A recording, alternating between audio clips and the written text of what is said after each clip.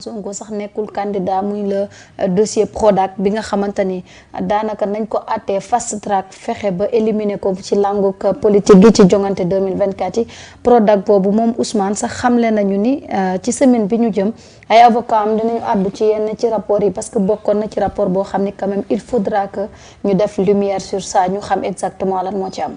waaw xam nga dossier boobu waroon na bokk ci dossier bi nga xam ne moom la ñu waroon njëkk a ubbi bi ñu yegsee au pouvoir. Et je pense que loolu bokk na ci sax nit ñi dem ba benn instant di laajte ndax Diomaye il travaille pour Sonko. Parce que normalement bi ñu yegsee dafa waroon leeral dossier boobu pour permettre à Ousmane vraiment question boobu ñu vider ko. Parce que question boobu dafa bokk ci li gàllankoor candidature Ousmane Sonko. boo xoolee Macky Sall bi mu yegsee au pouvoir li mu njëkk a def mooy. problème bi Mbaye Ndiaye ak Cissé Lo amoon à l'Assemblée nationale. dafa ñëw régler ko même si conditions yi ni mu ko régler y a matière à discuter mais le problème du Prodac dafa waroon nekk parmi les priorités. mu nekk problème boo xam ne dañ ko waroon régler bi ñu yegsee au pouvoir parce que loolu non seulement dafay confirmer li Ousmane doon wax ci dossier boobu mais également dafay wane ne Ousmane a été éliminé de façon arbitraire te loolu dana lever benn équivoque. Mais malheureusement on a laissé le dossier traîner ba finalement ñi nga xam ne ñoom ils étaient inquiets bi pouvoir bi ñëwee parce que gis nga Mame Mbaye Niang dernière sortie bi mu def bi muy quitter gouvernement bi il a reconnu que rapport amoon na. rapport am na alors que pendant longtemps dañu toog ci plateau de télé yi di wax ne rapport amul donc tey bu ñu demee ba nga xam ne dossier Prodac boobu ñu ngi koy soulever waat na la wóor ne volonté bu ci ëpp. Ousmane moo ko manifesté parce que Ousmane quand même veut certains problèmes yi nga xam ne dañ koo topp mu laal ci justice bi que ñu setal ko ci parce que nag c'est quelqu'un qui a un avenir politique c'est quelqu'un boo xam ne il va devoir affronter des échéances politiques il faut que yooyu ñu lever ko teg ko fële pour que mu leer xam nga des fois damay dégg gars yi naan c'est pas la peine de discuter sur l'éligibilité de Ousmane mais xam nga nguur moo tëradi. c'est-à-dire que lépp loo mën a dindi ca ba nga koy mën dindi ko. pour que bu ñu demee ba ëllëg si biir bu mu indi gàllankoor. on a vu ici le cas de Macky Sall moo gënoon xam ne il n'avait pas droit à un troisième mandat. La constitution était claire et pourtant il a essayé de manipuler cette constitution là. bay bëgg a def troisième mandat bu nekkutoon cette volonté populaire là Macky Sall dafay briguer troisième mandat boo dundee yooyu yëpp nag nga xam ne ay imbroglio la woon ñu tege fii. suñu ñëwee am na yoo xam ne mën na nekk objet de polémique da nga koy dindi teg ko fële moo tax Ousmane a bien fait quand même de prendre à bras le corps cette question là pour que ñu régler ko. te xam naa ne bu ñu ko vider définitivement on sera fixé sur beaucoup de choses. Surtout. Et puis waxuma dara sax mais Prodac tey ñaata emploi la mënoon générer. bari na. On nous parle de 29 milliards en réalité ça dépasse largement les 29 milliards. Mais s'il ne reste que 29 milliards rek du ñu war a régler dañ ko war a régler. On peut pas laisser cette question là continuer et pendant ce temps il y a deux personnes yoo xam ne yu nekkoon ci Prodac mais ñu ngi ci kaso bi ba tey. mooy Mamina Daffé ak keneen ki je sais même pas nu mu tudd. ñooñu dañ leen di tëj ci kaso bi ba kañ il faut qu'on règle cette question là donc moi je pense que ces dossiers là devaient être évacués depuis longtemps bon tey bi yoon nag Ousmane ñëw na si boppam en personne xam le ne ay avocats am dinañ def conférence de presse autour de cette question là et on verra après la conférence de presse ce que ça va donner mais cette question là on ne peut pas laisser comme ça parce que nag dossier Prodac dafa indi ay violence ci dëkk bi dafa indi am na sax ay nit yu ñàkk seen bakkan ci ay violence yu fi amoon mais donc question yooyu qu'est-ce qu'on attend pour les vider et c'est la question que les Sénégalais se posent lan moo waral yenn question majeure yi nga xam ne dafa entraîner des victimes lan moo waral jusqu'à présent on ne veut même pas en parler et loolu dafay renvoyer waat li nit ñi doon wax impunité bi nga xam ne moo faral di am te nag gis nga impunité ci dëkk toujours mooy indi fait buy ñëw day gën a grave fait bi passé parce que nag bu fekkoon ne Sénégal à chaque fois que mu am ay manifestations ñu yóbbu ko ci yoon tirer les jàpp les coupables sanctionner leen sanctions yi ci war kon du ñu jóge ci 2011 am 14 morts 2021 ñu am plus de 80 morts. boo gisee loolu yëpp yokk c'est parce que y a pas eu de sanction. Et toujours nag malheureusement c'est des compromis yoo xam ne c'est sur le dos de la population. Régime bu ñëw di nga trouver ay superficie trouver ay compromission ba nga xam ne la population ba di demander du ko mujj am loolu rek moo fi am. parce que Macky Sall bi mu ñëwee ci pouvoir bi il avait largement la possibilité de régler la question des 14 morts ci manifestation yooyu. Macky Sall avait la possibilité de régler la question des redditions des comptes mais après 12 ans au pouvoir qu'est-ce qu'on peut retenir par rapport à ces questions-là? Rien, au contraire. ñi nga xam ne ñoom lañ jàppoon ne ñoo dilapider l'argent du pays ñoom la ñu mujj gis ci table au conseil des ministres. Est-ce qu'on va continuer comme ça? Et ce régime-là n'a pas intérêt à faire ça parce que nag régime bi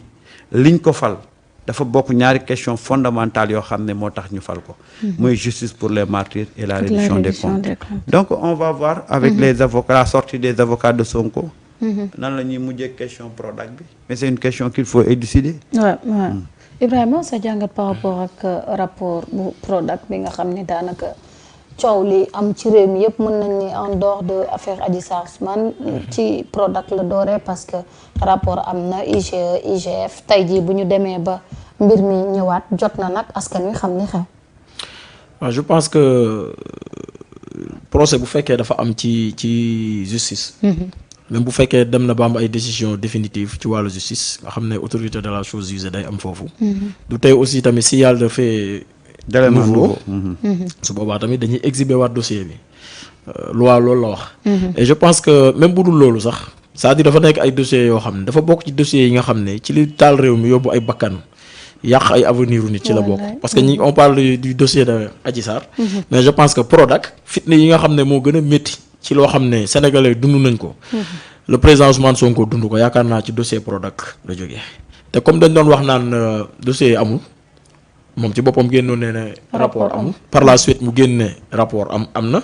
te le ministre Amadou Ba tamit génnaat ne rapport am na kon bu ñu demee ba gis rapport nag. léegi nekkatul affaire problème mu IGE wala IGF. mais problème bi mooy léegi rapport bi. dañ ko jëlaat tegaat ko ci table ji yóbbu ko ci justice ñi nga xam ne tey ñoom ñoo ci taqee. ñu wax ñu xaalis Sénégal fan lañ ko dugal. parce qu'on parle de 29 milliards. mais ku mel ni Birahim Seck nga xam ne récemment lañ ko nommé vice-président wu OFNAC moom bindoon na ci téere. moom il parlait de 39 milliards. yaa naa même qui parle de 42 milliards. te yooyu yëpp dafa war a leer. ñu xam montant exact bi lan la. ak ku ci nekk ban part de responsabilité nga ci am. boo gisee nag gars yi sulliwaat dossier yu mel nii. c'est pas pour valider la candidature de Ousmane Sonko parce que man je pense que candidature Ousmane Sonko loolu ñu ngi suñu ginnaaw parce que loi d'amnistie jaar na fi te effacé na lépp à part torture yi nga xam ne gars yi am na ñoo xam ne defoon nañ ko fi ak li nga xam ne moom mooy assassinat yi à part loolu lépp loo xam ne laale na ci wàllu politique jëmoon ci candidature Ousmane Sonko ak lu mu mënti demee loolu loi d'amnistie bi daf ko effacé mais boo gisee ñu sulliwaat ko c'est parce que dañuy bañ lu mel ni amaat ci réew mi. parce que mbir bu amee problème li may wax chaque jour kenn du ko déplacer. dañ koy régler après ñu jàll ci leneen. te dafa bëri ay luxóor yoo xam ne ci dossier Prodac bi daf ci am. te daf ci am yoo xam ne dafa sax leer parce que tey par exemple bu ñu naan la DAC yi nga xam ne war nañ ko am. mooy domaine agricole communautaire yi. ñu ne la 3 lañ ci war a def. 3 lañ ci war a def ñu ne la léegi benn rek lañ ci commencé woon travaux yi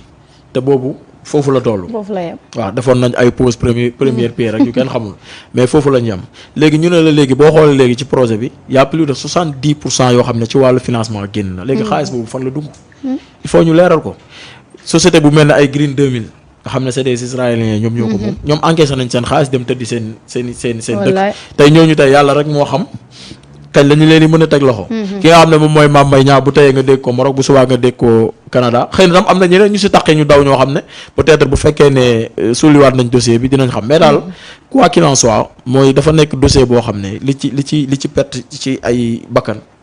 perte en vies humaines ñi nga xam ne gaañu nañ ci ñi nga xam ne parce que boo xoolee jamono jooju saa buñ ne Ousmane Sonko dafa war a dem tribunal rek. wuy ji dëkk bi yëpp dañuy nekk ci fitna. nit ñi duñu liggéeyi ku am sa doom mu war a jàngi da nga ko daan toogal ci kër gi. xam nga parce que ku ci nekk yaa ngi naan jéyee dina am joo xam ne boo saagunul man du ma ci mucc. et je pense que préjudice moral boobu rek. rien que pour ça rek war na tax tey ñu sulliwaat dossier bi te dañuy wax dossier Adji Sarr. mais dossier bi li mu causé ci ay préjudice ci état bu Sénégal ak ci nation sénégalaise kenn mënu la wax nu mu toll. man moo tax je pense que buñ ne nag dañ koy sulli tegaat ko ci table ji attewaat ko d'abord ñaari mbir moo ci am c'est pour rendre justice ñi nga xam ne tey loru nañ ci ak ñi nga xam ne tey ñoo yeewoo ci réew mi. beneen bi aussi tamit mooy système de recouvrement la maanaam xaalis bi nga xam ne Sénégal da ko cee perte ñu mën ci tegaat loxo ak fu mënti nekk nag. man je pense que ñaar yooyu bu ñu ko defee la prochaine fois beneen nguur gu fi ñëw di nga xam ne fii lu fi waay defit bu fekkee ne yéen ñi nekk au pouvoir rek la wu leen ko ñeneen ñi nga xam ne ñoom ñooy topp seen ginnaaw dinañ ko régler mais Samba dossier boobu aussi buñ ko sulliwaatee la question à se poser mooy que ni ñi atte woon mbir mi ni li Ousmane wax amul ba daan ci Ousmane ba mu jaraloon procureur mu interjeté appel ni daan boobu moom satisfaire ko pour ñu daanaat ko beneen daan boo xam ne du nekk candidat tey ñi atte woon mbir moomu lépp teguwaat ci penc mi seen gàcce lay doon en plus ils vont être mal à l'aise quand même ci serment bi nga xam ne moom la ñu wax mais il le faut c'est-à-dire que il faut clarifier ce qui s'est réellement passé xam nga Ousmane boo gisee muy insister xam nga gars yi dañu yàgg dañuy wax le temps de la justice n'est pas le temps du peuple mais dossier Prodac bi mais en un temps record lañ ko vidé teg ko fële wallaay gaaw lool alors que boo xoolee dossier Mame Mbaye Niang ak Madiambal Diagne ak Téliko ñaata at la def avant ñu koy des années ba ñu koy doog a daan léegi waaw 2025 presque def na 7 ans presque avant ñu koy kii donc quand on veut nous faire comprendre wala ñu bugg ñu gëmloo théorie boobu mais mënuñu ko gëm parce que am na fi ay circonstances yoo xam ne mën nga ko évoquer pour entrer en porte-à-faux avec cette théorie là et théorie boobu en Afrique rek ngay dégg ces façon théorie yi ay le temps de la justice n'est pas le temps du peuple ay la justice n'est pas indépendante Afrique rek nga koy dégg mais dans les pays de grande démocratie doo dégg yooyu parce que yow justice bi bu nekkul temps peuple bi temps kan lay nekk am quand la justice est rendue au nom du peuple voilà quand la justice est rendue au nom du peuple alors que on a vu des exemples yoo xam ne on s'est dit que ñun on peut plus croire à cette théorie là parce que quand il s'est agi de Ousmane mu am un plan urbi am un délai bien déterminé temps justice boobu romb na temps wu peuple bi ndax en 2 mois on a vidé cette question là léegi nag bu leen c'est-à-dire que Sénégal mooy dëkk boo xam ne su leen neexee ñu ne le temps de la justice n'est pas le temps du peuple bu leen neexee nag ñu def leneen ça veut dire que finalement da nga naan le temps de la justice obéit à la tête du client wallaay finalement loolu ngay wax léegi nag fan yële passé gis nga ko le fait que ñu xaw a yéex ci dossier Prodac bi Mame Mbaye Niang génnaat na waaw bay bëgg a wax ne dossier rapport amul waaw loolu la doon bëgg waaw mais comme ñu ngi ci loolu mais il faut qu'on clarifie ce débat là waxuma la dara sax kii mu ngi koy wax léegi Ndaw mu ngi koy wax léegi mais gis nga Prodac li taxoon ñu teg ko ce programme là gis nga bu ñu ko appliqué woon tey en milieu rural dana régler question yu bari dana dem sax ba régler question exode rural par exemple on te dit au niveau des DAC il était prévu d'aménager 30 000 hectares pour l'agriculture ñu ne la création de 9 DAC de 1000 à 5000 hectares la réalisation de 2000 unités autonomes d'exploitation de 15 hectares en moyenne chacune 9 unités de greenhouse de 20 tunnels chacune mais loolu buñ ko tegoon tey et niñ ko waxee genn wàllu xaalis bi yëpp décaissé nañ ko c'est sûr mais xaalis ba fu mu dugg seen poche seen poche mais loolu nag est-ce qu'on va laisser comme ça xaalis bi dem lañ ca waxoon yëpp réaliser wuñ ko ensuite nag li mu indi ci violence ba ay nit ñàkk ci seen bakkan loolu yëpp dañ koy bàyyi mu jàll c'est-à-dire que il faut vraiment être je sais même pas lan laay wax mais Sénégal ngay gis ay affaires yoo xam ne c'est des affaires tellement graves mais ñu bëgg di ko traiter comme un fait divers mais nañu fàttaliku ne dossier Prodac moom moo tax Ousmane demul élection dossier Prodac moom moo fi souligner ay violence ba ay nit ñàkk ci seen bakkan dossier Prodac c'est plus de 39 milliards yoo xam ne ba tey jii ñuy wax ni kenn xamul xaalis ba fan la jaar gisuñu DAC gisuñu unité gisuñu dara waaw loolu yëpp nag ñu bëgg ko bàyyi comme ça nii mu jàll moi je pense que aujourd'hui Ousmane il s'est retrouvé en tant que citoyen qui a été victime d'une injustice et qui veut réparer cette injustice là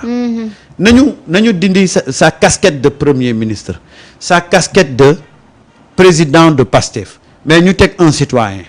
qui a été victime selon lui d'une injustice et qui veut réparer cette injustice-là d'autant plus qu'il y a un élément nouveau comme l'a dit Ndaw élément nouveau bi mooy Ousmane dafa jot ci rapport bi jot na lépp de wax na ko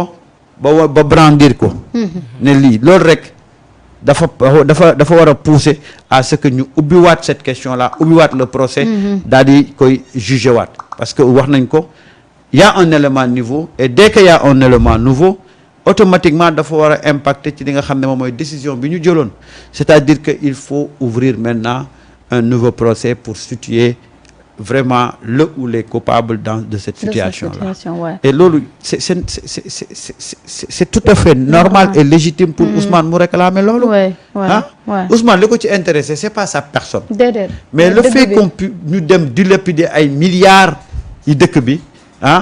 mais après teg ci nag boole ci ay fen ba mujj gi loolu indi violence ba loolu jaral ko mu ñàkk candidature am mais loolu rek c'est une raison de plus pour que mu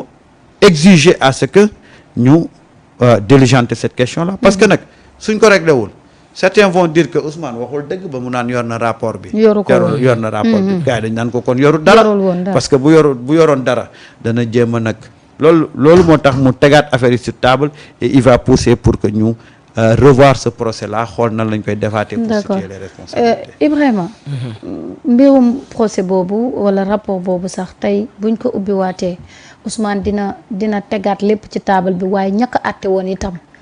tey lu ci mënti xewaat ñooñu tamit dina leen wane ak askan wi parce que tamit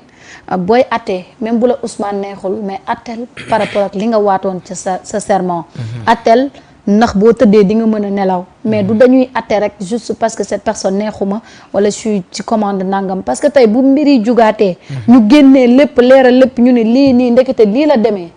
mais ñi waatoon tamit dañuy am problème parce que non seulement askan wi dinañ xam ne la ñu àtte woon teguñu ko ci yoon mais moralement aussi dina doon loo xam ne dina continuer di woy ci seen parcours. waaw boo gisee récemment sortie yi nga xam ne ñu mel ni waa UMS ñu ngi ko doon def. waaw Union des magistrats. gis naa ko waaw. parce que ñoom li ñuy bañ mooy. seen responsabilité di engagé wu bu fekkee dañoo def ay fautes. judiciaire. et je pense que ki nga xam ne dafay àtte man pour man moom it suñ ko waree àtte aussi itam dañ ko war a àtte. parce que da ngay gis ñoo xam ne parce que on parle de dossier de Prodac parce que xam nga politiciens yi ñoom souvent seeni dossier mooy gën a bëri coow. mais ñaata nit ñoo nekk ci kaso bi ñoo xam ne fi mu nekk nii jiin nañ leen viol man am na koo xam ne maa ngi moom ñoo fa nekkandoo woon. 2019 lañ ko téye woon ba ren ji lañ koy soog a bàyyi. kooku def na fa mun naa ne 5 ans. depuis 2019 nga téye fa un père de famille jiin ko viol ci loo xam tegul fenn. atte woo ko jugé woo ko da ngaa xëy libéré ko. et c'est des milliers de personnes yoo xam ne. ñu ngi croupir en prison ci ay dossiers yoo xam ne soit dafay traîner wala nit moo la jaay doole yóbbu la fa affaire yu demee noonu. kon ñi nga xam ne tey ñoom ñooy atte man je pense que am na faute yoo xam ne bu ñu ko defee ñoom it da ciy baax ñu teg leen ci penc bi. parce que ñoom boo xoolee ñoom dañu jàppee seen bopp les magistrats laay wax. ñoom dañu jàppee seen bopp c'est des personnes yoo xam ne ils sont entièrement à part. ou bien des personnes à part entière. alors que ñoom mais fi ñu jàngee fa la nit ñi jàngee fi ñu génnee fa la nit ñi génnee c'est des personnes comme ñun. dañuy juum comme dañuy tegu ci yoon bi mais dafa am juum yoo xam ne man du ma ko tuddee juum mais tayef laa koy tuddee parce que tey dossier yi nga xam ne moom mooy dossier Prodac. bu fekkee dañ ne la rapport amul. man bul yam ci version bu benn nit. Mame Mbaye Niang koo xam ne moom parce que on ne peut pas être jugé parti. ñëw na la dossier amul rek. après yow nga basé wu ci loolu condamné nit ki ne ko da nga diffamé. man je pense que loolu dafa yomb trop. te ñi nga xam ne comme ni nga ko waxee. malheureusement yoruñ système judiciaire boo xam ne tey àttekat bi boo àttee naka su dul noonu même bu fekkee dossier bi ubbiwaat nañ ko tamit ñoom amul. lu leen toppee parce que ils sont super bien. protégé te gis nga fan yii yëpp le président de la république Diomaye mi ngi leen di recevoir. recevoir na président. conseil constitutionnel président cour suprême et tout xam nga président UMS ñoom ñëpp mi ngi leen di recevoir. kon donc ñi ngi wax waxu réconciliation moo tax gis nga réconciliation. mënuñu ko wax tant que justice amul. mënuñu ko wax tant que justice amul gis nga dossier Prodac bi. xëy na fu ay bakkan rot wala ay nit loru ci duñ fa nekk di wax ay emploi des jeunes parce que loolu moo gën a graaw mais tey boo xoolee dossier Prodac bi li mu waroon a absorber ci wàllu emploi des jeunes mais kenn mënu laa wax lu mu toll kenn on parle de millions yoo xam ne mën na ko jël ci wàllu emploi des jeunes mais malheureusement fan lañ mujjee xaalis bi dugg na fi xaalis bi génn na fee procès am na ñuñ ci gaañ léegi nag bi nga xam ne tey moom moo brisé espoir de toute une nation mooy la candidature de Ousmane Sonko. parce que boo xoolee Ousmane Sonko dossier boobu moo ko teree nekk candidat ci ay caaxaan. parce que boo xoolee gis nga procès boobu boo xoolee ni ñu ko tëggee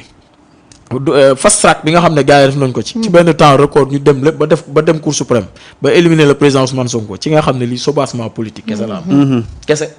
parce que bëri na fi ay procès yoo xam ne mais ñoo ko c'est moins grave